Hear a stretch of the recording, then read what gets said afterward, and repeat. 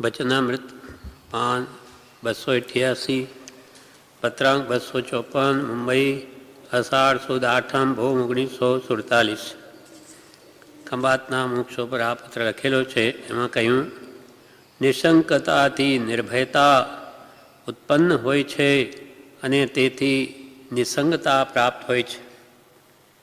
પ્રકૃતિના વિસ્તારથી જીવના કર્મ અનંત પ્રકારની વિચિત્રતાથી પ્રવર્તે છે અને તેથી દોષના પ્રકાર પણ અનંત ભાસે છે.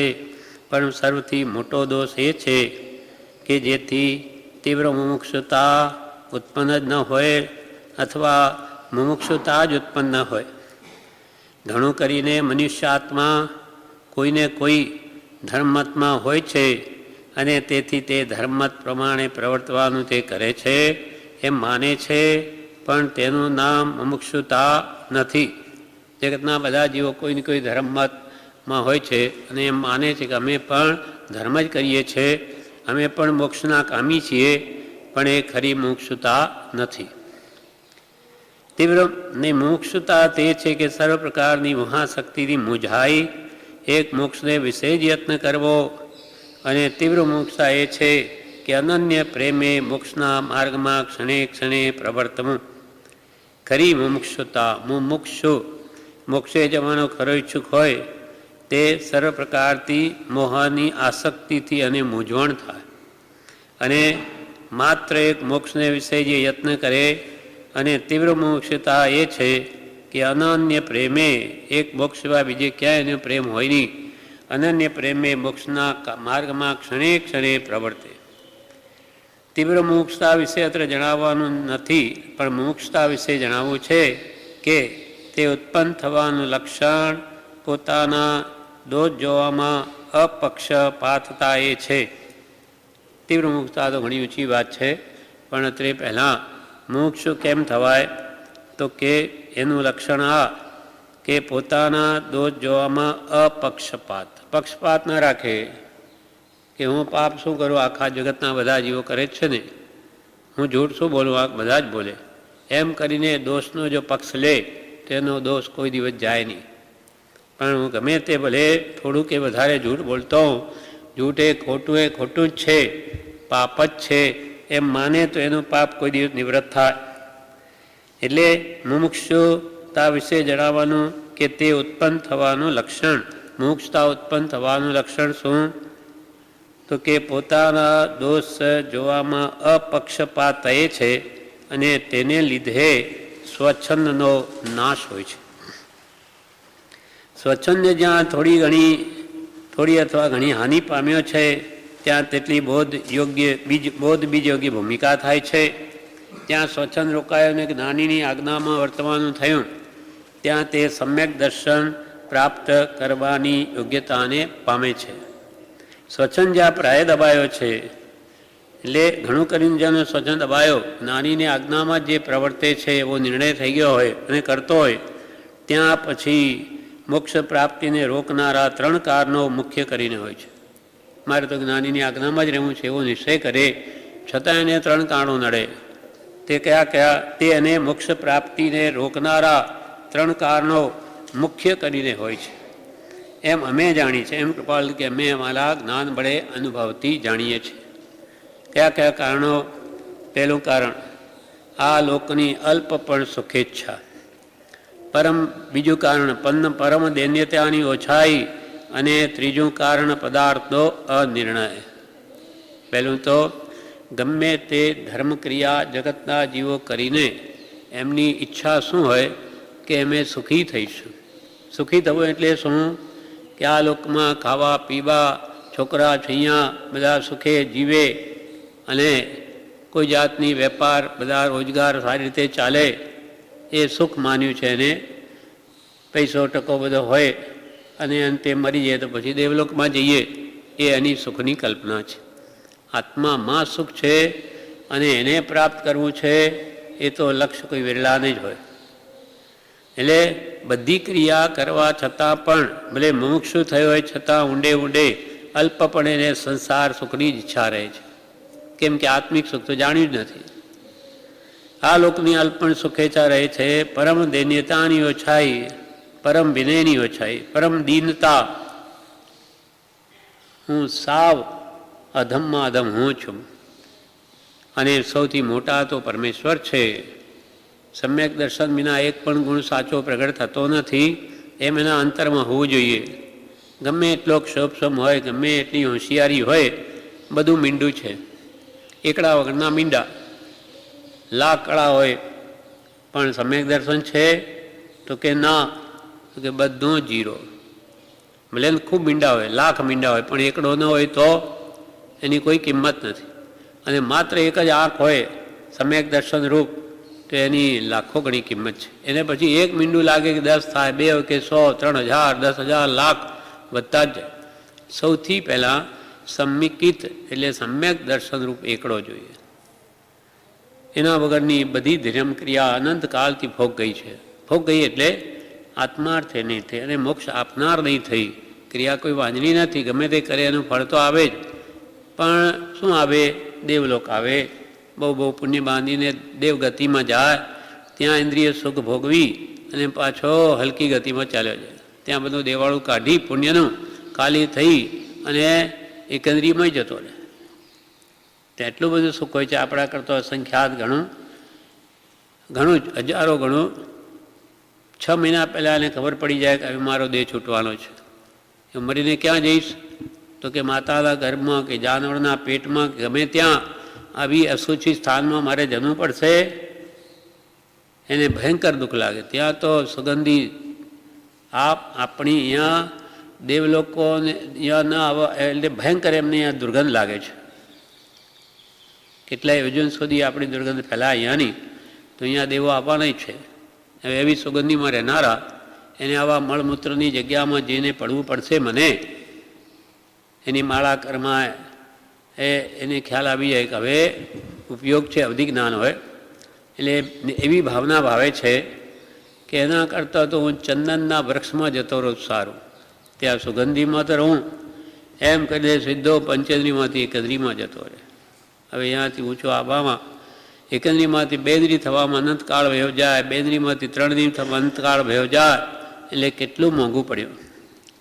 અને જેટલું શું કે હજારો વર્ષ ભોગવે એનો બધો બદલો એ 6 મહિનામાં નીકળી જાય. એટલો માનસિક પીડા વેઠ દુઃખ ભોગવે છે.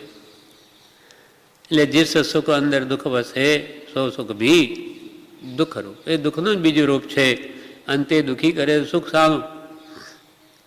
ચડ ઉતંગ જાંસે પતન શિખર નહીં વો કૂપ. જેમ આપણે સામે ડેરી છે એના ઉપર ચડીને પડવાનું હોય તો એના માટે શિખર નથી, જેટલો ઉપર જાય એટલો કૂવો થાય છે ઊંડો. ચડ ઉતંગ જહાંસે પતન શિખર નહીં વો કૂપ. જીસ સુખ અંદર દુઃખ વસે સો સુખ ભી દુઃખરૂપ. એ દુઃખનું જ બીજું રૂપ છે કે જ્યાંથી બધી ઇન્દ્રિય સુખ ભોગવીને જો દુઃખમાં જવાનું હોય તો એ ખરેખર સુખ નથી પણ દુઃખ જ છે. એમ આ લોકની અલ્પણ સુખેચ્છા પરમ દૈન્યતાની ઓછાઈ, પરમ દીનતા, પરમ લઘુતા જોઈએ. સત્પુરુષમાં પરમેશ્વર બુદ્ધિ હોય તો જ આવ્યા. અને પદાર્થનો અનિર્ણય જોઈએ. પદાર્થનો અનિર્ણય છે, પદાર્થનો નિર્ણય જોઈએ. પદાર્થ આત્મદ્રવ્ય પોતે જે રૂપે છે એનો એને નિર્ણય છે જ નહીં. હું તો આ દેહ સ્વરૂપ જ છું એવું એને દ્રઢ થઈ ગયું છે. એ અનાદિકાળનું છે, આજનું નથી. એટલે એ જવું બહુ મુશ્કેલ છે.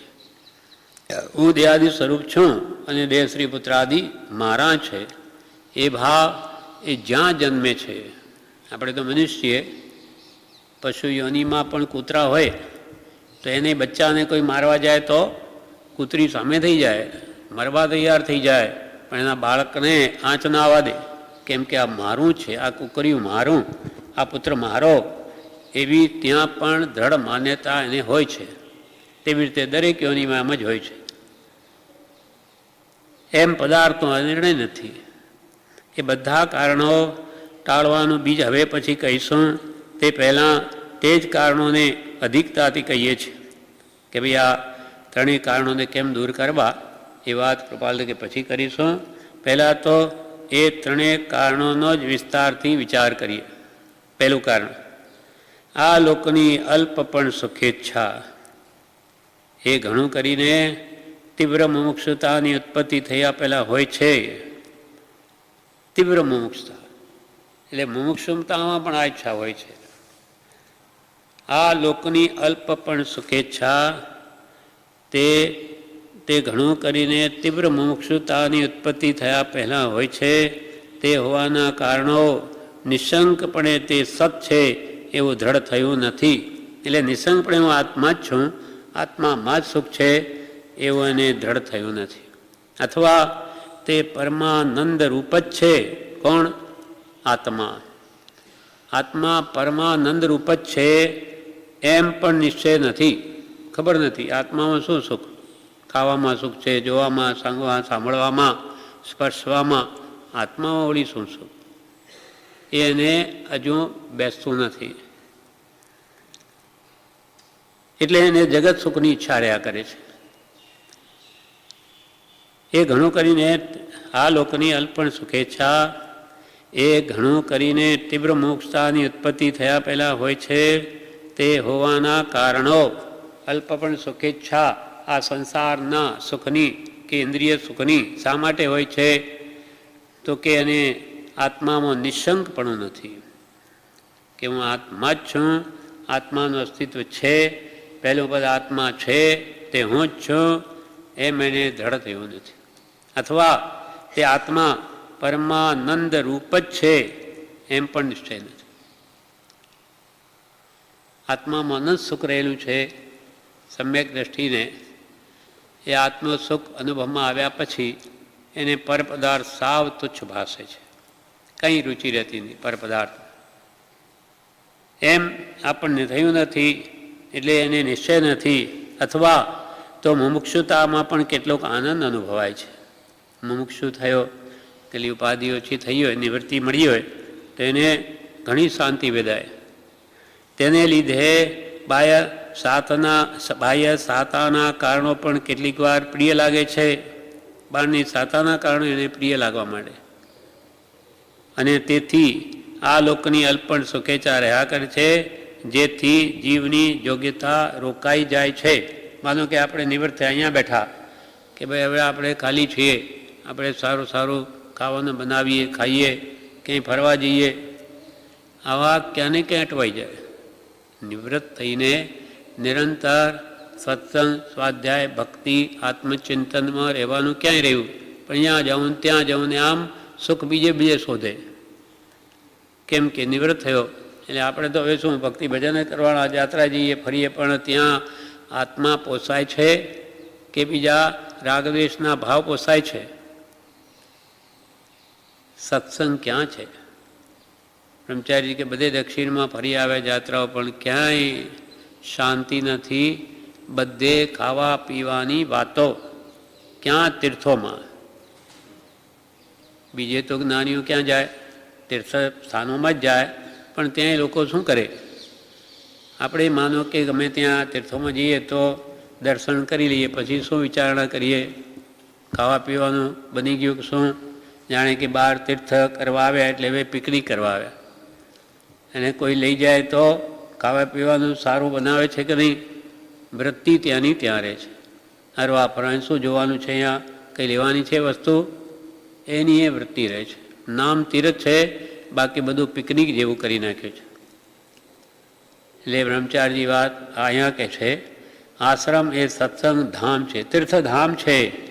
અહીંયા ખાવા પીવાની વાતો નથી કે હરવા ફરવાનું કંઈ છે નહીં. અહીંયા માત્ર આત્માને પોષણ છે. પ્રભુ કે આશ્રમનો પાયો સત અને શીલ છે. શીલ એટલે મુખ્યત્વે બ્રહ્મચર્ય અને આત્માની વાર્તા જ્યાં થયા કરે, આત્માને પોષણ મળે તે સાચું તીર્થ છે. જેથી તરાય તે તીર્થ. સત્સંગ કે ભક્તિથી તરાય, એ ખાલી હરવા ફરવાથી કે તીર્થ સ્થાનોમાં પગ મૂકવાથી નહીં તરાય.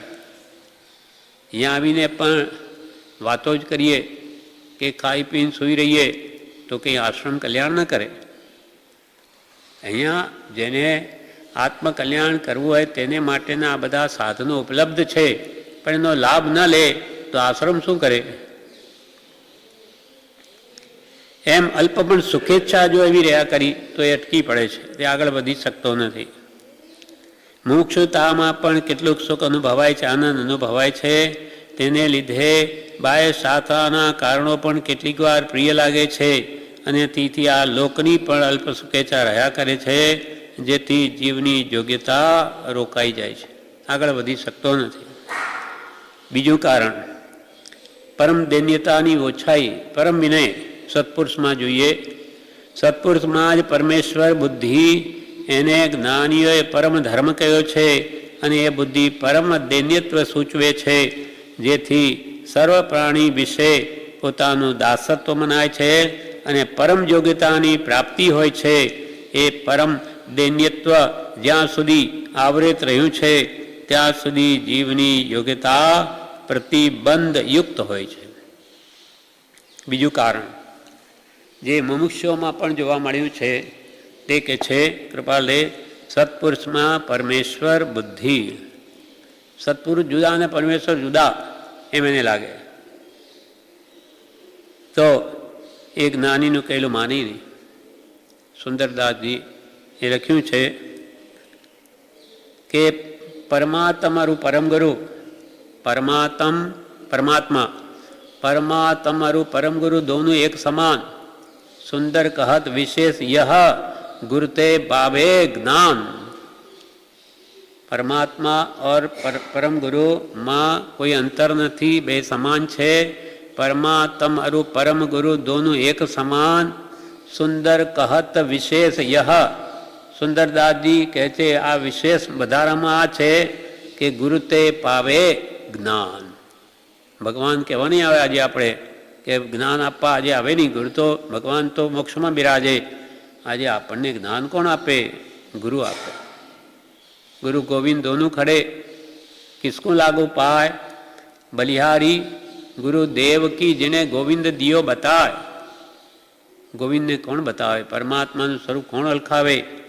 તે ગુરુ જ ઓળખાવે. એટલે નવકારમાં પહેલાં નમોરી હંતાણ અને પછી નમો સિદ્ધાણ. કેમ એમ? સિદ્ધ ભગવાન તો મોટા છે, આઠે કર્મ જેના ક્ષય થઈ ગયા એ પહેલાં કેમ નહીં?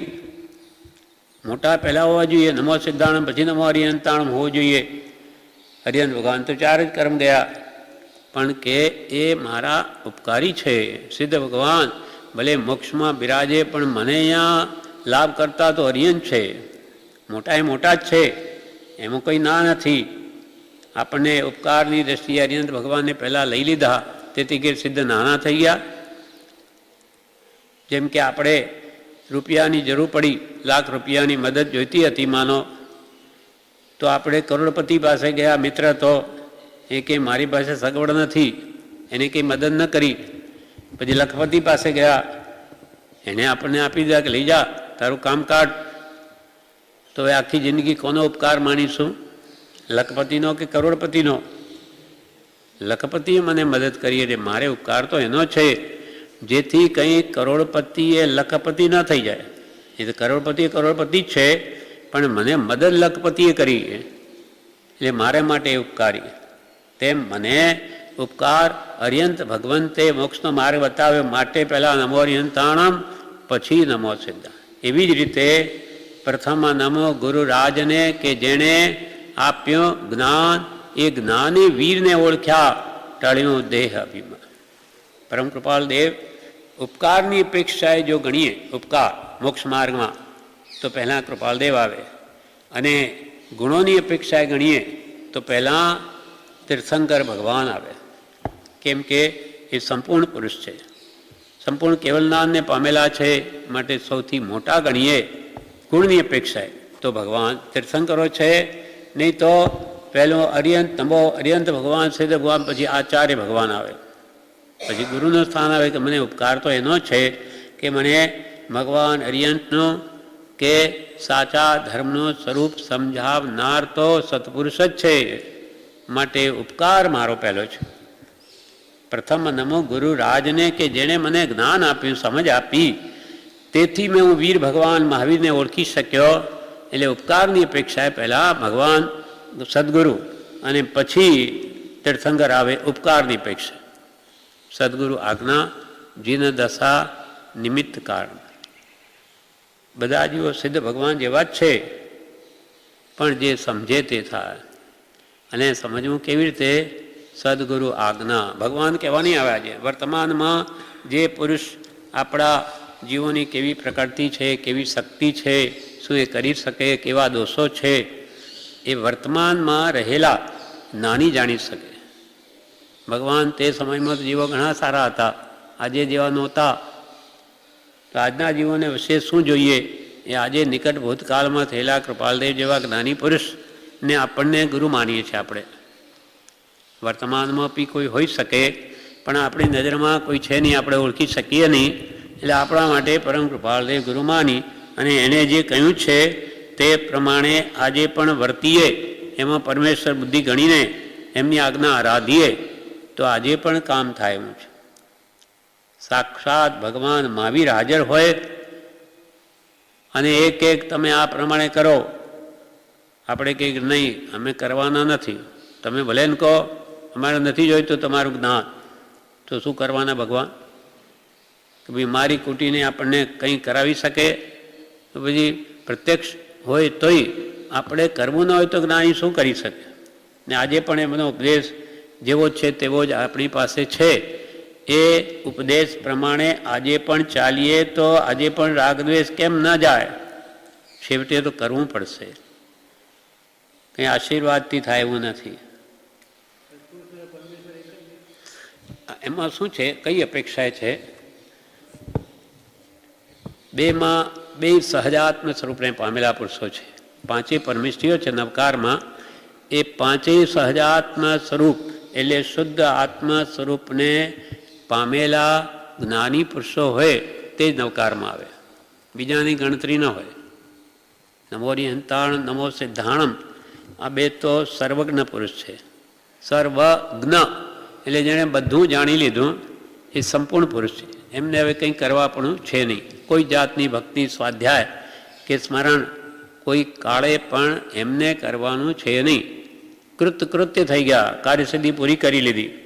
પછી નમો આર્યાણમ, નમો વજ્જાણમ, નમો લોય સવસાવણમ એટલે આચાર્ય ભગવાન, ઉપાધ્યાય ભગવાન અને સાધુ ભગવાન એ પણ ભગવાન છે. ભગ એટલે આત્મૈશ્વર્ય, વાન એટલે વાળા. એમને પણ આત્માનું ઐશ્વર્ય તે પ્રાપ્ત છે. બધામાં પૂજનીય વસ્તુ શું છે? પાંચેમાં સહજાત્મ સ્વરૂપ છે. આત્માનું શુદ્ધ સ્વરૂપ જે પાંચે પરમેષ્ઠીઓએ પ્રાપ્ત કર્યું છે માટે તે પૂજનીય છે. તો એ આચાર્ય ભગવાનમય સહજાત્મ સ્વરૂપને પામેલા, ઉપાધ્યાય પણ સહજાત્મ સ્વરૂપ, સાધુ પણ સહજાત્મ સ્વરૂપ. એટલે દર્શન મોહનીય કર્મ જેનું ઉપશમ કે ક્ષય થયો હોય એટલે પૂજવા લાયક થઈ જાય છે જ્ઞાન પ્રાપ્ત થયા પછી. અને દર્શન મોહનીય કર્મ કેટલું મોટું? મેરુ પર્વત જેવું. મોહનીય કર્મના કેટલા ભેદ? બે. કર્મોની ભેદ બે. દર્શન ચારિત્ર નામ. સત્પુરુષમાં અને પરમાત્મામાં એક પણું છે એની આપણે વાત કરીએ. કઈ અપેક્ષા બે એક છે? તો કે સૌથી મોટામાં મોટું કર્મ તો મોહનીય કર્મ તો અનંત પ્રકારના, તેમાંય મુખ્ય 8, તેમાંય મુખ્ય મોહનીય હણાય તે કહું પાઠ. અને મોહનીય કર્મના પાછા બે ભેદ છે. કર્મ મોહનીય ભેદ બે. કયા કયા? દર્શન ચારિત્રના. દર્શન મોહનીય અને ચારિત્ર મોહનીય. જેમ કે મોહનીય કર્મનો મોહરૂપી એક રાજા છે, એના બે દીકરા છે. માનો સમજાવવા માટે, આ દર્શન મોહ નામનો દીકરો કેટલો બળવાન? તો કે લાખો યોદ્ધાને મારી દે એક જ માણસ, એટલો બળવાન, ચક્રવર્તી જેવો. અને બીજો બિચારો કાંઈ તાકાત નથી, એક માણસ નહીં મારી શકે ચારિત્રમાં. તો એટલો બળવાન જે પહેલો દીકરો છે મોહનીય કર્મનો, જે દર્શન મોહનીય નામનો, એણે જેણે મારી નાખ્યો હોય, તો પછી જે બીજો દીકરો છે એ તો સાવ ગળિયા બળદ જેવો, એને મારવામાં શું જોર પડે? તો એ દર્શન મોહનીય કર્મ કૃપાળુ દેવનું જે મેરુ પર્વત જેવું કહેવાય. દર્શન મોહનીય કર્મની તુલના મેરુ પર્વત સાથે કરી. એક ત્રાજવાનમાં બે કર્મ મૂકો, એક બાજુ દર્શન મોહનીય, એક બાજુ ચારિત્રમાં, તો દર્શન મોહનીય કેટલું ભારે? મેરુ પર્વત જેવું. લાખ યોજનનો મેરુ પર્વત છે, હજારો. માઇલ ઉપર થાય એ કેટલો મોટો, એનું વજન કેટલું, 1000 યુનિટ તો નીચે છે જમીનમાં. તો એવું એના બરાબર દર્શન મોહનીય કર્મ. અને ચારિત્ર મોહનીય બીજા પલડામાં છે તે તો રાયના દાણા બરાબર. હવે ક્યાં રાયનો દાણો અને ક્યાં મેરુ પર્વત? એ મેરુ પર્વત જેવું જેટલું પાપ ગયું. કૃપાલદેવ સાહેબ સંકિતી થયા અને કેવળ જ્ઞાનીઓને પણ દર્શન મોહનીય કર્મ સંપૂર્ણ નાશ પામે ત્યારે એ પણ ક્ષાયક સંકિતી થાય. દર્શન મોહનીય વિભાગ બેનો ગયો, કૃપાલદેવનો ગયો અને તીર્થંકરનો ગયો, કેવડીનો. દર્શનમાં જે મેરુ પર્વત જેવું પાપ છે એ તો બંનેનું ગયું. હવે રહ્યું કેટલું? રાયના દાણા બરાબર. એ પણ પ્રતિ સમયે આચાર્ય ભગવાન, ઉપાધ્યાય ભગવાન, સાધુ ભગવાન ખરા સ્વરૂપમાં જે હોય તે પ્રતિ સમયે કર્મને કાપતા જ જાય છે. એ સર્વજ્ઞતા ભણી જે પ્રતિ સમયે જઈ રહ્યા છે, સમય સમય અનંત ગુણ વિશિષ્ટ દશા વધે છે. તો હવે ફરક કેટલો રહ્યો પરમેશ્વરને અને સદગુરુમાં? રાયના દાણા જેટલો. એને જ આપણે ગાયા કરીએ એ ફરક છે. અરે મેરુ પર્વત જેટલું તો પાપ ગયું એમનું. કૃપાલદેવ સહાયક સમ્યક દ્રષ્ટિ છે અને કેવડી પણ સહાયક સમજે. એટલે કૃપાલદેવ શું કે કેવળ લગભગ ભૂમિકા સ્પર્શીને દેહવ્યો, તેથી દેહ એક જ ધારીને જાશું સ્વરૂપ સ્વદેશ. એમ કે હવે અમારે સંસાર નહીવત છે. 15 અંશ સુધી તો પહોંચાઈ જવાયું છે. કૃપાલદેવ પોતે લખે 15 અંશ સુધી તો પહોંચી જવાયું છે, બાકીનું નિકટમાં છે. આવા પુરુષોને અગર માનો સત્પુરુષ પરમાત્મા નહીં થઈ શકે તો આપણે થવાના? અનેક ભવની જેને સાધના છે એવા કૃપાળુદેવ પણ જો પરમાત્મા નહીં બની શકે તો આપણે ક્યારે બનવાના? તો આપણે આશા નહીં રાખવાની. આટલા ભવની સાધના અનેક કાળનો જેનો પુરુષાર્થ છે એ પુરુષ બી જો પોતાના મહાવીરત્વને પ્રગટ ન કરે તો કોણ પ્રગટ કરશે? એમણે કર્યું છે માટે આપણને કહે છે તમે પણ પરમાત્મા જ છો, તમે પણ સિદ્ધ ભગવાન જેવા જ છો, તમારા ને અમારામાં કોઈ અંતર નથી. તમે પણ આ કર્મમેલ કાઢો તો તમે પરમાત્મા જ છો. એટલે કૃપાલદેવને એ પ્રાપ્તિ થઈ છે અને એ પ્રાપ્તિ ખરેખર થાય ત્યારે તે આખા જગતના શિષ્ય થવાનું દ્રષ્ટિ ભેદે છે. ગુરુ થવા એવું નહીં. કૃપાલના હૃદયમાં આમ નથી કે અમે જુઓ પામી ગયા એટલે અમે તમારા ગુરુ. એમ નથી, અમે તમારા દાસ છીએ. આખા જગતના એમને બધામાં પરમાત્મા દેખાય છે. આ બધા પરમાત્મા છે. પ્રભુ શ્રી સહાયક સમ્યક દ્રષ્ટિ એ પણ શું કે પ્રભુ આ તો બધા આત્મા પણ આ દેખાય તો બધા મળના છે. એમની આખી ભેદ દ્રષ્ટિ થઈ ગઈ. બધું એમને તો પહેલાં આત્મા દેખાય ને પછી આ તો ચામડા હાડકાં પછી દેખાય નાનીને. આપણી છે પર્યાય દ્રષ્ટિ. આપણે આત્માના અહીંયા ભેદ પડ્યો નથી એટલે આ શરીર જ પહેલાં દેખાય. આત્મા તો છે કે નહીં એટલે સ્ત્રી પુરુષનો ભાવ થઈ જાય એટલે ત્યાં રાગદ્વેષ થાય. એ જ્ઞાનીને ન થાય. પણ એવા અનુભવનો વિષય છે એટલે જ્ઞાની જ જાણે કેવી રીતે અંદર રહેવાતું હશે. પણ જ્ઞાન પ્રાપ્તિ થઈ ત્યાં અનંત સુખ ગુણ પ્રગટે છે અને ત્યાં પછી ગમે તેવી બાય સ્થિતિ હોય જોતા છતાંય જોતા નથી. ભલે આપણને જોતા દેખાય પડે તો અંતર્મુખ છે એની વૃત્તિ. કૃપાલ કે અમે બીજું તો શું જોઈએ, અમે આ દેહ છીએ કે નહીં એ પણ અમને બિચારી માંડ ખબર પડે પોતાના દેહનું. તો બીજા કોણ છે એની શું પડી છે એને? એવી આત્માકાર વૃત્તિ હોય છે. એમ આવા પુરુષમાં જો આપણને પરમેશ્વર બુદ્ધિ થાય તો કે છે જ્ઞાનીઓએ પરમ ધર્મ કહ્યો છે. પરમ ધર્મ એટલે એ આત્મા સ્વભાવ પ્રાપ્ત કરવાનો સાચો ઉપાય. શીઘ્ર આત્મા પ્રાપ્તિ કરવી હોય તો સત્પુરુષમાં પરમાત્મા જુઓ તો એની આજ્ઞા માન્ય થાય આપણને. આવી દશા પામેલો પુરુષ આપણને ઉપદેશ આપે છે, માર્ગ બતાવે છે તો આપણે કેમ જ કરવું. નહીં તો એ તો પરમાત્મા જુદા અને આ નાના અને આ મોટા એમ જ રહ્યા કરે તો એના પ્રત્યે ભાવ જ નહીં થાય. ભક્તિ ન ઉગે તો એની આજ્ઞા કેવી રીતે માન્ય થાય? કૃપાલે 158ના પત્રમાં લખ્યું છે શ્રીમાન પુરુષોત્તમ પરમ ગુરુ અને સંત ત્રણેય એક સ્વરૂપે જ છે, ત્રણેયમાં ભેદ નથી. કેમ કે બધા સહજાત્મ સ્વરૂપને પામેલા પુરુષો છે. આ મંત્રે આપણને આપ્યો છે સહજાત્મ સ્વરૂપ પરમ ગુરુ, એમાં આખો નવકાર સમાવ્યો છે. સહજ આત્મ સ્વરૂપ એટલે શુદ્ધ આત્મ સ્વરૂપ કોણ પામેલા? પરમ ગુરુ. વંદો પાંચો પરમ ગુરુ. પાંચે પરમેષ્ઠીઓ એ પરમ ગુરુ છે, પરમાત્મા સ્વરૂપને પામેલા પુરુષો છે, માટે નમો. નવકાર મંત્રનું પણ આ રહસ્ય છે. નવકાર મંત્રમાં નમો રેણતાણ નમો સિદ્ધા આપણે કહ્યું, પણ આ નમો નમો શા માટે એમને નમસ્કાર? તો અહીંયા કે છે પરમ ગુરુ શબ્દથી પાંચે પરમેષ્ઠી લીધા અને નવકાર નમો નમો નમો નમો નમો 5 વાર શા માટે નમસ્કાર કરવા લાયક? તો કે પાંચે પરમેષ્ઠી સહજ આત્મ સ્વરૂપ છે. સહજ, સ્વાભાવિક, કોઈ બનાવટી નહીં. મૂળ સ્વરૂપ જે હોય સહજ કહેવાય, નેચરલ.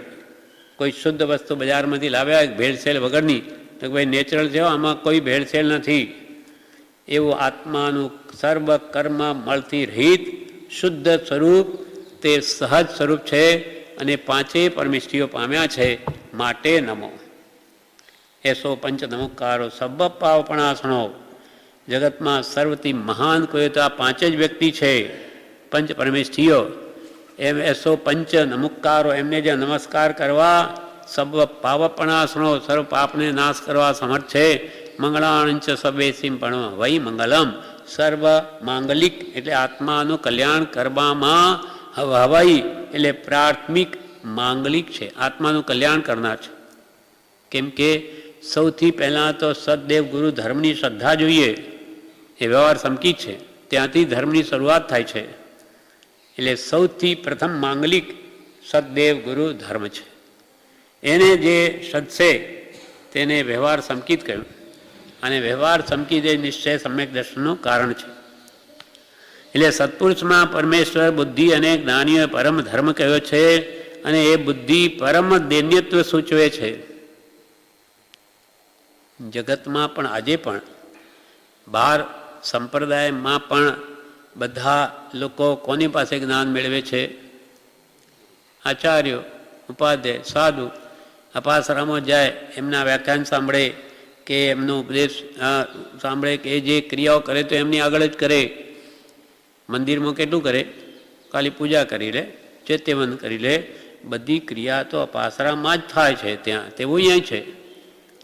આપણે મંદિરમાં દર્શન કરીએ કે ચૈત્યવંદ કરી લઈએ, ક્રિયા તો આ ગુરુ, એમને આપણે ગુરુ માન્યા તો એમની ગુરુની પ્રતિમા, જેમ કે સામાયિક લે તો આગળ ચોપડી મૂકીને સ્થાપનાચાર્ય માને કે આ મારા ભગવાન, તેમાં આપણા મારા ભગવાન, એમની વાસ્તવિક મુદ્રા આપણી પાસે છે, તે સામે મૂકીએ છીએ અને બધી આપણે અહીંયા ક્રિયા કરીએ છીએ. રોજની 10 કલાક અસલ ક્રિયા પ્રભુશ્રીએ ઉપદેશી છે. 12 સામાયિક થાય રોજની. જો બધી ભક્તિમાં હાજર રહીએ તો આ ઘણું મોટું તપ છે. ઈચ્છા નિરોધ તપ. ખરું તપ કોને કહ્યું? ઈચ્છાઓને રોકવી. એ આપણી બધી ઈચ્છાઓ રોકાઈ જાય છે અને લક્ષ સત્પુરુષના વચનમાં કે ભક્તિમાં રહે છે. એટલે અહીંયા બળવાન કર્મોની નિર્જરા થાય છે અને બળવાન એવું પાછો પુણ્યનો બંધ પણ થાય છે. કેમ કે સાચી નિર્જરા સમ્યક દ્રષ્ટિની શુદ્ધ ભાવ પ્રાપ્ત થાય એ આપણને પ્રાપ્ત છે નહીં, પણ આપણા શુદ્ધ ભાવના લક્ષ્ય શુભમાં રહીએ છીએ એટલે પુણ્યાનુબંધી પુણ્યનો બંધ થાય.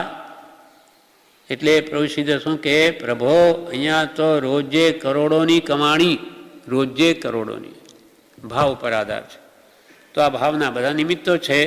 જે વધારે ભાવ જે કરે તે વધારે કમાવી જાય.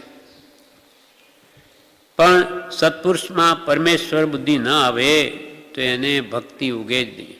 અને પરમ પ્રેમરૂપ ભક્તિ વિના જ્ઞાન શૂન્ય છે, મીંડું, જીરો. ગમે એટલો મહાપંડિત થઈ ગયો હોય, બધાને શાસ્ત્ર ભણીને સમજાવતો હોય, પણ અંતરમાં એને શ્રદ્ધા ન હોય. આપણું કામ તો કે પૈસા જોઈએ, આપણે તો બધાને બતાવીએ આમ છે, પ્રકૃતિઓ આમ છે, કર્મના આટલા પ્રકાર છે, પણ પોતાની શ્રદ્ધા હોય જ નહીં. શું કામનું? અહીંયા આપણે પંડિતોને પણ અહીંયા સભામાં વાંચવા માટે લાવવાનો પહેલાં પ્રયત્ન કરેલો કે ભાઈ કોણ વાંચે? પંડિતો વાંચે.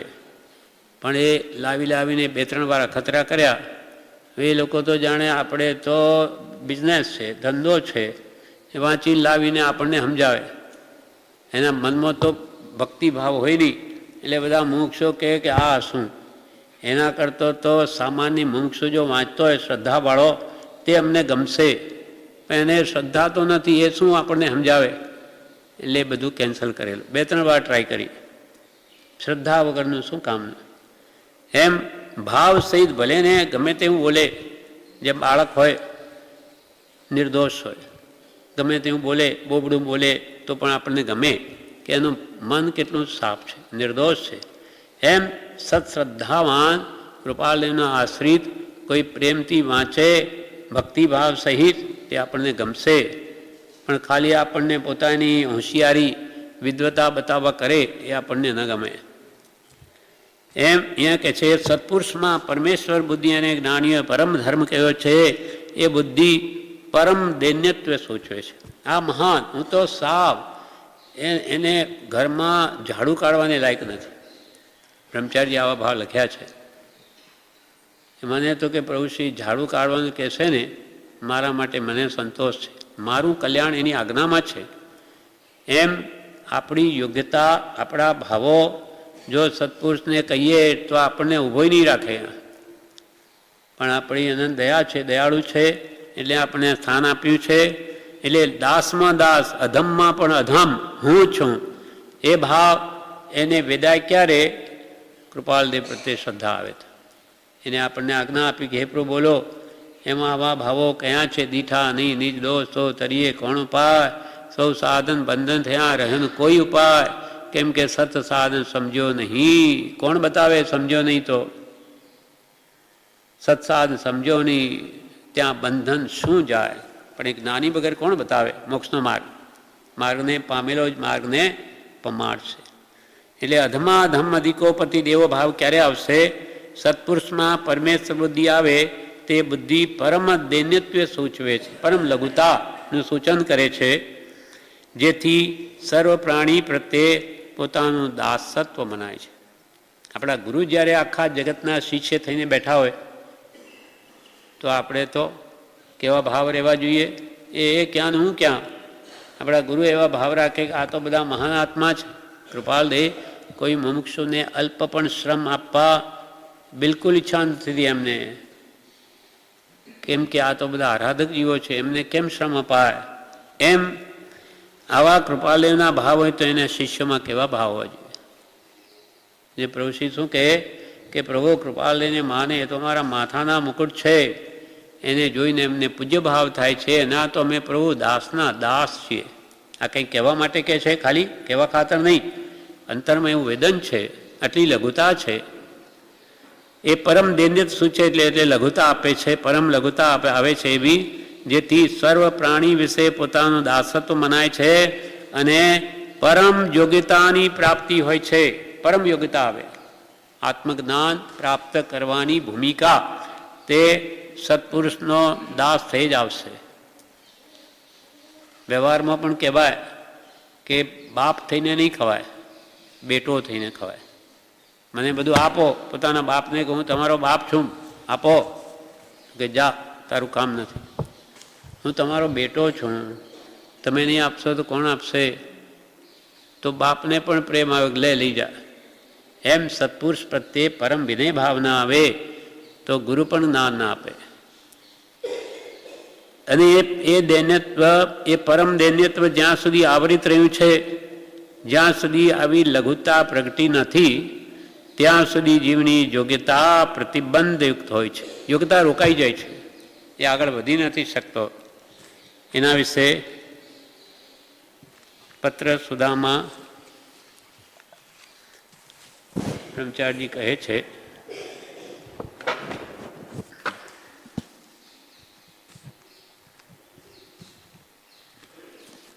પત્ર સુધા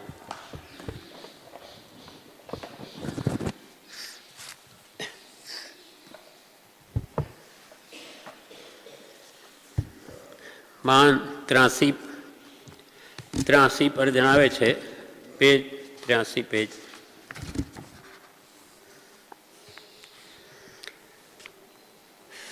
મુમુક્ષુ જીવે પોતાના દોષ જોઈ દોષો ટાળવા જોઈએ અને તો જ મુક્તતા ટકે, નહીં તો કૃપાળુદેવે લખ્યું છે તેમ મુમુક્ષુતામાં પણ કેટલોક આનંદ અનુભવાય છે. તેને લીધે બાહ્ય શાતાના કારણો પણ કેટલીક વાર પ્રિય લાગે છે અને તેથી આ લોકની અલ્પ પણ સુખેચ્છા રહ્યા કરે છે, જેથી જીવની યોગ્યતા રોકાઈ જાય છે. એ ત્રણેય કારણો ટાળવાનું બીજ, એ ત્રણેય કારણો કેમ ટાળવા? તે ત્રણેય કારણો ટાળવાનું બીજ મહાત્માને વિશે પરમ પ્રેમાર્પણ એ છે. પરમ પ્રેમાર્પણ, પરમ પ્રેમથી, પરમ ભક્તિથી સત્પુરુષમાં અર્પણ બુદ્ધિ, સત્પુરુષનું શરણ લેવું કે બસ મારે તો આ પુરુષ કે એમ જ કરવું છે, એના શરણે જ જીવવું છે, એના શરણે જ મરવું છે, એવો ભાવ આવે તો પછી કેને આમાં યોગ્યતા આવવા લાગે. એ ત્રણેય કારણો ટાળવાનું બીજ મહાત્માને વિશે પરમ પ્રેમાર્પણ એ છે, એમ પરમ કૃપાળુ દેવે જણાવ્યું છે. સત્પુરુષમાં જ પરમેશ્વર બુદ્ધિ, એને જ્ઞાનીઓએ પરમ ધર્મ કહ્યો છે. મહાત્મા ઉપર જીવને મોહ જ ન આવ્યો. શું કે કૃપાલે? મહાત્મા ઉપર જીવને મોહ જ ન આવ્યો. તો મોહ ક્યાં આવ્યો? સંસારમાં સ્ત્રી પુત્રાદિ ધનાદિ માન મોટાઈમાં જે મોહ આવ્યો, આનંદ આવ્યો, એવો સત્પુરુષમાં નહીં આવ્યો. ત્યાં પ્રેમ આવતો જ નથી અને પ્રેમ આવ્યા વગર જે કાર્ય સિદ્ધિ પણ નહીં થાય. મહાત્મા ઉપર જીવને મોહ જ ન આવ્યો. મુમુક્ષુના નેત્રો મહાત્માને ઓળખી લે છે. પર પ્રેમ પ્રવાહ બઢે પ્રભુ છે તો શું થા? સબ આગમ ભેદ સૂર બસે. આગમો જોવા ન પડે, જોવા જવું ન પડે. પ્રેમમાં એટલી તાકાત છે, એટલે અંતઃકરણની એટલી નિર્મળતા થઈ જાય છે કે આગમોનું શું રહસ્ય છે એને સમજાઈ જાય છે. પર પ્રેમ પ્રવાહ બઢે પ્રભુ છે તો સબ આગમ ભેદ સૂર બસે વગેરે દ્વારા તેઓ શ્રીએ સંસાર ઉપરનો પ્રેમ પલટાવી આત્મા રૂપ સત્પુરુષ, સત્પુરુષ પ્રત્યે શા માટે પ્રેમ કરવા કહ્યું? એ આત્મા છે. કૃપાલુ એટલે શુદ્ધ આત્મા. એ સંસારનો પ્રેમ પલટાવી આત્મા રૂપ સત્પુરુષ પર પ્રેમ કરવાનો ભક્તિ માર્ગ પ્રકાશ્યો છે. તે જ આપણને અવલંબન રૂપ છે. આ કાળમાં આ કાળથી નિર્લેપ રહી જે પુરુષે આપણા ઉપર અનંત ઉપકાર કર્યો છે, તેના ઉપકારનું સ્મરણ પણ આપણને અત્યંત ઉપકારી છે. તો તેની સ્તવના ભક્તિ પરમ હિતકારી હોય એમાં શું કહેવું? જે અનંત દુઃખથી છોડાવી સર્વકાળ માટે અનંત સુખમાં આપણને મૂકી દીધા એવો માર્ગ બતાવ્યો, તો એ પુરુષનું સ્મરણ માત્ર પણ આપણા પાપને હરે. તો એ પુરુષની સ્તવના અને ભક્તિ પરમ હિતકારી હોય એમાં શું કહેવું? વૈરાગ ઉપશમની વૃદ્ધિ થઈ તે પુરુષના વચનો અમૃત સમાન મધુર અને આત્મધર્મ પ્રેરક લાગ્યા વિના ન રહે. ભાવ એ તરવાનું ઉત્તમ નિમિત્ત છે, છતાં ભાવ પણ નિમિત્તાધીન પલટાઈ જાય છે. એટલે ઉત્તમ નિમિત્તે આત્માનું કલ્યાણ થવા સંભવ છે. તેથી સત્સંગ સમાગમને ઉત્તમ સાધન પરમ કૃપાળુદેવે વારંવાર જણાવેલ છે. તેનો વિશેષ લાભ મળે તેવો પુરુષાર્થ અવશ્ય હિતકારી છે. કારણ કે જીવની સાથે ધનાદિ કંઈ પ્રભવ સાથે જનાર નથી, પૈસો સાથે આવનાર નથી. સારા ભાવ થવામાં તે નિમિત્તભૂત થાય તો હિતકારી છે, નહીં તો ધન સંપત્તિ બોજારૂપ છે. સારા ભાવ થવામાં આપણે આજીવિકાની અડચણ હોય, કંઈ તકલીફ હોય તો એ દૂર કરવા પૂરતું એ ઠીક છે ધનાદિ. બાકી કંઈ આખી જિંદગી એમ જ રહીએ તો એ ધન ઉડતું બોજારૂપ થઈ જાય, બધાને યાદ પડ્યું રહે, એના નિમિત્તે કરેલા પાપો ભોગવવાના. નહીં તો ધન સંપત્તિ બોજારૂપ છે. આવો અવસર વારંવાર મળે તેમ નથી, માટે ચેતી લેવા યોગ્ય છે.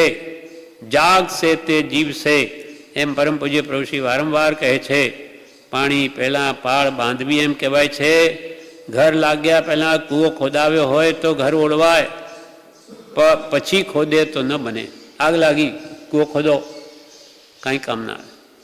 તેમ જેમ વહેલું ચેતાય તેટલું વિશેષ ઉપકારી છે. આ ભાવની એક એક ક્ષણ રત્ન ચિંતામણી કરતાં વિશેષ મૂલ્યવાન છે એમ નાનીઓ કહે છે. તે હૃદયમાં કોતરી રાખવા યોગ્ય છે. જી આ બ્રહ્મ આત્માની ઓળખાણ કરી લેવા યોગ્ય છે તે વહી ગયા પછી નહીં બને. માટે સત્પુરુષાર્થ કર્તવ્ય છે જી. ઓમ શાંતિ શાંતિ. આ ભાવ પૂરો થઈ ગયો. કંઈ નહીં, ક્યાં ઢોર પશુ ક્યાં જઈને પડીશું. આજે બધી જોગવાઈ છે ત્યારે એને આ ન સૂઝે તો એના જેવો કોઈ મૂર્ખ નથી. આ પ્રમાણે એ પરમ દૈન્યત્વ એનામાં આવે તો જ કાર્યસિદ્ધિ થાય. ફરી એક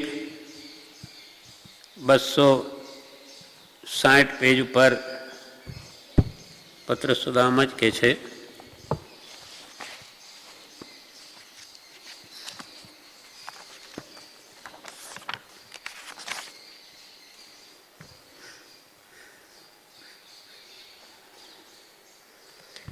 આપે પૂછાવ્યું કે સત્પુરુષમાં જ પરમેશ્વર બુદ્ધિ અને જ્ઞાનીઓ પરમ ધર્મ કહે છે. 260 પત્ર સુધા.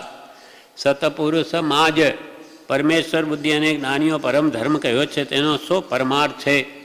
અલ્પમતીથી પરમ ગંભીર નાનાવતાર મહાપુરુષના એ વાક્યનો સંક્ષેપાર સમજાય એ પ્રકારે લખવા પ્રયાસ કરું છું જી. સંક્ષેપમાં બ્રહ્મચારી મને સમજાય એવો ભાવ લખવા અહીંયા પ્રયત્ન કરું છું. સત્પુરુષ એ જ કે નિષદીને જેને આત્માનો ઉપયોગ. આ સત્પુરુષની ઓળખાણ. સત્પુરુષ ક્યાં રહે? આત્મામાં રહે, દેહમાં નથી રહેતા. સત્પુરુષ એ જ કે નિષદીને જેને આત્માનો ઉપયોગ છે. તથા હે પુરાણ પુરુષ, અમે તારામાં ને સત્પુરુષમાં કંઈ ભેદ હોય એમ સમજતા નથી. કૃપાલી શું લખે? હે પુરાણ પુરુષ પરમાત્મા, તમારામાં અને સત્પુરુષમાં કંઈ ભેદ હોય એમ સમજતા નથી. તારા કરતાં અમને તો સત્પુરુષ જ વિશેષ લાગે છે. હે પરમાત્મા, તારા કરતાં પણ અમને તો સત્પુરુષ વિશેષ લાગે છે, કારણ કે તું પણ તેને જ આધીન રહ્યો છે. પરમાત્મા તું સત્પુરુષને આધીન છે. કેવી રીતે? અને અમે સત્પુરુષને ઓળખ્યા વિના તને ઓળખી શક્યા નહીં. અમે સીધા ડાયરેક્ટ તને ઓળખી શકતા નથી. પહેલાં સત્પુરુષને ઓળખીએ. સાચા જ્ઞાની હોય તો સાચા પુરુષ ભગવાનનું સ્વરૂપ સમજાવે. એટલે સત્પુરુષ વિના તો આપની ઓળખાણ એમને થતી નથી. તારા કરતાં અમને તો સત્પુરુષ વિશેષ લાગે છે, કારણ કે તું પણ તેને આધીન જ રહ્યો છે. અને અમે સત્પુરુષને ઓળખ્યા વિના તને ઓળખી શક્યા નહીં. એ તારું દુર્ઘટપણું અમને સત્પુરુષ પ્રત્યે પ્રેમ ઉપજાવે છે. કારણ કે તું વશ છતાં પણ તે ઉન્મત્ત નથી. હે પરમાત્મા, તું સત્પુરુષને આધીન રહ્યો. અમે સીધા તને ઓળખી શકતા નથી, કેમ કે આપ તો મોક્ષમાં બિરાજો. સત્પુરુષ વિના આપની ઓળખાણ થતી નથી.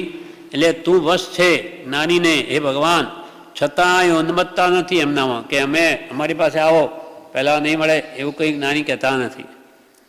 અને તારાથી પણ સરળ છે. પણ હવે તું કહીએ તેમ કરીએ. આ અને આવા અનેક વાક્યો સદગુરુ દ્વારા દેવ ઓળખાય છે એમ જણાવે છે. સદગુરુ દ્વારા દેવ ઓળખાય, નહીં તો પરમાત્માની ઓળખાણ નહીં થાય.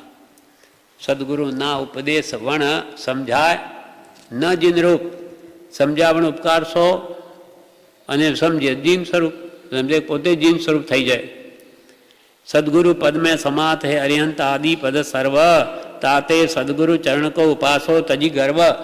એ સર્વ સાક્ષી પૂરે છે કે આત્મજ્ઞાન રૂપ પરમ ધર્મ સતપુરુષ. આત્મજ્ઞાન રૂપ જેને આત્મા પ્રગટ છે સાક્ષાત, એવા પરમ ધર્મ સ્વરૂપ સત્પુરુષ કે સદગુરુની ભક્તિથી પ્રાપ્ત થાય છે. 6 પદમાં અંતે જણાવે છે કે જે સત્પુરુષોએ સદગુરુની ભક્તિ નિરૂપણ કરી છે તે ભક્તિ માત્ર શિષ્યના કલ્યાણને અર્થે કહી છે. જે ભક્તિને પ્રાપ્ત થવા સદગુરુના આત્માની ચેષ્ટાની વિશે વૃત્તિ રહે, અપૂર્ગુણ દ્રષ્ટિ ગોચરી અને સત્સંગ મટે અને સહેજે આત્મબોધ થાય એમ જાણીને જે ભક્તિનું નિરૂપણ કર્યું છે તે ભક્તિને અને સત્પુરુષોને ફરી ફરી નમસ્કાર છે. 394 પેજમાં આમાં જ પત્ર સુદામાં જણાવે છે. પત્રાંક 402 પાનું 394 એમાં કહ્યું, પ્રશ્ન: સત્પુરુષમાં જ પરિવેશ બુદ્ધિ અને જ્ઞાનીઓ પરમ ધર્મ કયો છે અને એ બુદ્ધિ પરમ દૈન્યત્વ સૂચે છે, જેથી સર્વ પ્રાણી વિશે પોતાનું દાસત્વ મનાય છે, એ વાક્યનો ભાવાર્થ શો? ઉત્તર: કલ્યાણનું કારણ સત્પુરુષ, તેનું યથાર્થ ઓળખાણ, તેનો બોધ અને તેની શ્રદ્ધા છે જી. આત્માનું કલ્યાણ કરવું હોય તો જેનું કલ્યાણ થઈ ગયું હોય એવી સાક્ષાત દેહધારી મૂર્તિ આત્મજ્ઞાન યુક્ત આવા સત્પુરુષ તેની ઓળખાણ થવી જોઈએ. ગમે તેને ગુરુને માની લેવાય તો ઉડતું પરિભ્રમ વધી જાય. તેનું યથાર્થ ઓળખાણ, તેનો બોધ, સાચી સમજણ જે આપે તે અને તેની શ્રદ્ધા છે જી, એટલે જેના દ્વારા કલ્યાણ થાય એમ છે તે પુરુષની પ્રતીતિ જોઈએ. પહેલાં તો શ્રદ્ધા વગર કોણ માને વાત? એટલે જેના દ્વારા કલ્યાણ થાય એમ છે તે પુરુષની પ્રતીતિ, અત્યંત પ્રતીતિ, એને જ્ઞાનીઓએ પરમ ધર્મ અથવા સમકિત કહ્યું છે. અત્યંત શ્રદ્ધા દેવગુરુ ધર્મમાં, તેમાં પહેલાં સદગુરુમાં તો દેવ અને ધર્મ યથા સમજાશે, એનું જ નામ સમકિત છે. એને જ પરમ ધર્મ અથવા સમકિત કહ્યું છે. સ્વચ્છંદ મત આગ્રહ તજી વર્તે સદગુરુ લક્ષ્ય સમકિત તેને ભાક્યું કારણની પ્રત્યક્ષ. પોતાનો મતનો આગ્રહ મૂકી દઈ, સ્વચ્છંદ મૂકી દઈ અને સદગુરુ કે એના લક્ષ્ય જે વર્તે તેને સમ્યક દર્શન કહ્યું છે. સમકિત તેને ભાક્યું કારણ ગણી પ્રત્યક્ષ આત્મદર્શન અથવા નિશ્ચય સમ્યક દર્શનનું તે પ્રત્યક્ષ કારણ છે. કેમ કે વ્યવહાર સમકિત વિના નિશ્ચય સમકિત થાય નહીં. સાચા દેવગુરુની ધર્મની શ્રદ્ધા નહીં થાય ત્યાં સુધી આત્મદર્શન નહીં થાય. માટે બીજું કાંઈ શોધમાં માત્ર એક સત્પુરુષને શોધીને તેના ચરણકમળમાં સર્વભાવ અર્પણ કરી દઈ વર્ત્યો જા, પછી જો મોક્ષ મળે તો મારી પાસેથી લેજે, આટલો ભાર દેવાનું કારણ તે જ પ્રથમ પ્રાપ્ત કરી પરમ પ્રેમે ઉપાસવા યોગ્ય છે. શ્રદ્ધા આવે અને ઉપાસના કરે તો જરૂર સિદ્ધિ થાય. તેમાં વિઘ્ન કરનાર માનાદિ શત્રુ મહા એ છે તે કેમ ટળે? સદગુરુને સ્વીકારવામાં બધું માનાડું આવે. માનાદિ શત્રુ મહા તે કેમ ટળે? જાતા સદગુરુ શરણમાં અલ્પ પ્રયાસે જાય તે શરણજીવ ક્યારે શોધે સત્પુરુષને? કે પોતે અધમા ધમ અધિકો પતિ સકલ જગતમાં હુંય એ નિશ્ચય આવ્યા વિના સાધન કરશે શું? આવી લઘુતા, આ પરમ દેનિત્વ, આવી લઘુતા ધારણ કરે તો જ અચિંત્ય મહાત્મ્ય સત્પુરુષનું લાગે. મને એવો માર્ગ બતાવ્યો અનંત દુઃખથી છોડાવવાનો. એટલું જ નહીં, પાછો સર્વકાળ સુધી અંત સુખમાં મને મૂકી દીધો. આ શું કર્યું એણે?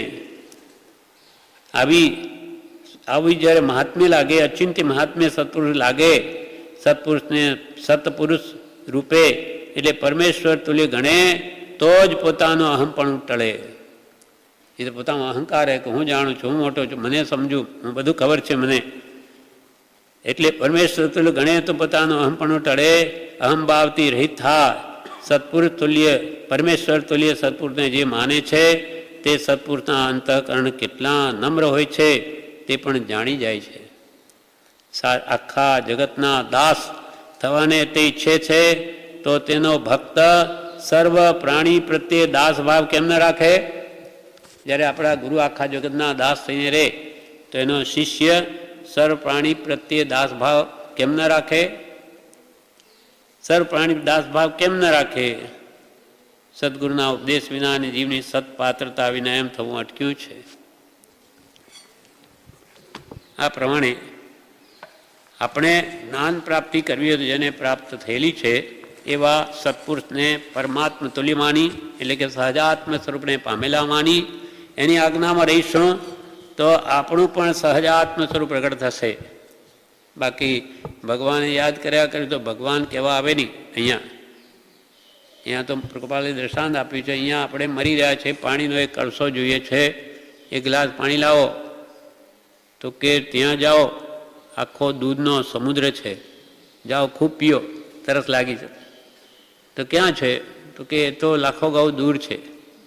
અરે અહીંયા મરી રહ્યો છું, અહીંયા કોઈ પાણીનો ગ્લાસ આપે તો મને ઠંડક વળે અને મરતો બચું, અને કોઈ લાવીને આપે તો આપણે શાંતિ વળે કે નહીં? પેલો દૂધનો સમુદ્ર છે ના નહીં, પણ મારે શું કામનો? મારે તો અહીંયા કોણ આપે છે?